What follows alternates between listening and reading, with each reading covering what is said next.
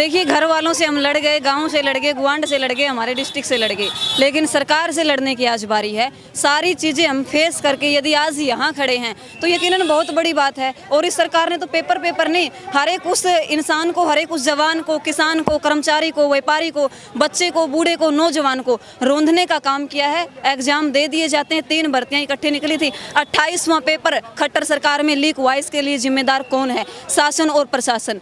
जिस तरीके की विचारधारा और जिस तरीके की सोच को लेकर के बच्चों के पास फोन आते हैं, 10 लाख में, 20 लाख में, 30 लाख में आपका पेपर क्लियर करवाएंगे, तो कहाँ की पारदर्शिता है? और यदि यही पारदर्शिता है तो इसके लिए स्टूडेंट लड़ने के लिए तैयार है। सरकार तो ये वादा करती है कि 2024 तक बेरोजगारी हटा देंगे। देखिए, सरकार ने जो वायदा किया था 2014 के इलेक्शन में किया था, और 2014 से आज 2021 के अंदर हम प्रवेश कर चुके हैं। बेरोजगारी तो घटी, पता नहीं ना घटी, लेकिन 28 पेपर लीक जरूर करवा दिए। उन पढ़ने वाले बच्चों के सपने को, उम्मीदों को, उनकी आशाओं को जरूर कत्ल कर दिया है। जो बच्चे कोचिंग सेंटर में, एग्जाम सेंटर में एग्जाम देने के लिए जाते थे, मैं एक लड़के होते हुए यदि पेपर देने के लिए जाती हूँ तो मुझे 3 दिन पहले ये व्यवस्था करनी पड़ती है, मैं कहाँ ठहरूंगी, किसके साथ जाऊंगी।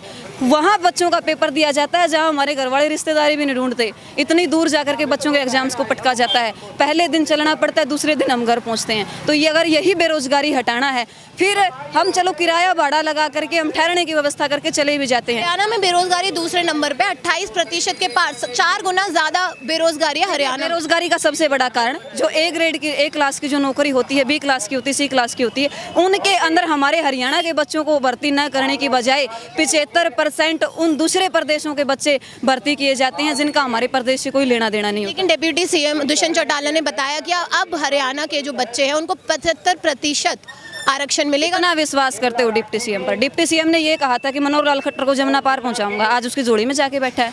हमें तो इन लोगों पर विश्वास है नहीं। अगर आप लोग इन लोगों पर विश्वास करते तो आपकी मर्जी है। मैं विश्वास किसी पे नहीं करती। मेरा सवाल वो होता है जो लोगों के मन में होता है। 1 मिनट मैम, तो मेरे सवाल वो सारे हैं, और यहाँ पे मैंने वो बात इसलिए की क्योंकि ऐसा अभी उन्होंने बात की, आप प्रोटेस्ट कर रहे हैं, तो मैंने आपको बताया कि डिप्टी सीएम ने कहा है कि 75% जो आरक्षण है वो मिलेगा हरियाणा के लोगों को, इसलिए मैंने आपसे ये बात। देखिए, प्राइवेट नौकरी में जो डीसी रेट की नौकरी है या प्राइवेट सेक्टर कंपनीज है जो खास तौर से, वो कंपनीज जिनके साथ आज मोदी सरकार खड़ी है, वो एजेंसियां जिनके साथ आज सत्ता पक्ष खड़ा है, अगर उन्हीं की जोड़ी में जाकर के डिप्टी सीएम बैठा तो जाहिर सी बात है डिप्टी सीएम के तो ये बोल होंगे ही होंगे। आने वाली सरकार उन कंपनियों को खरीद लेगी, वही बच्चे फिर दोबारा घर आएंगे, फिर वो कोई नया एजिटेशन करेंगे, फिर कोई ना कोई उनके सवाल उठेगा और सरकार उनके ऊपर मुकदमे दर्ज करेगी, झूठे लारे बच्चों को देती रहेंगी। स्टूडेंट होके क्या लगता है, क्या ऐसे ये जो पूरा पेपर लीक है और एजुकेशन सिस्टम कैसे बदला जा सकता है? देखिए, पेपर जो लीक हुआ है उसके लिए मैं सबसे बड़ा जिम्मेदार तो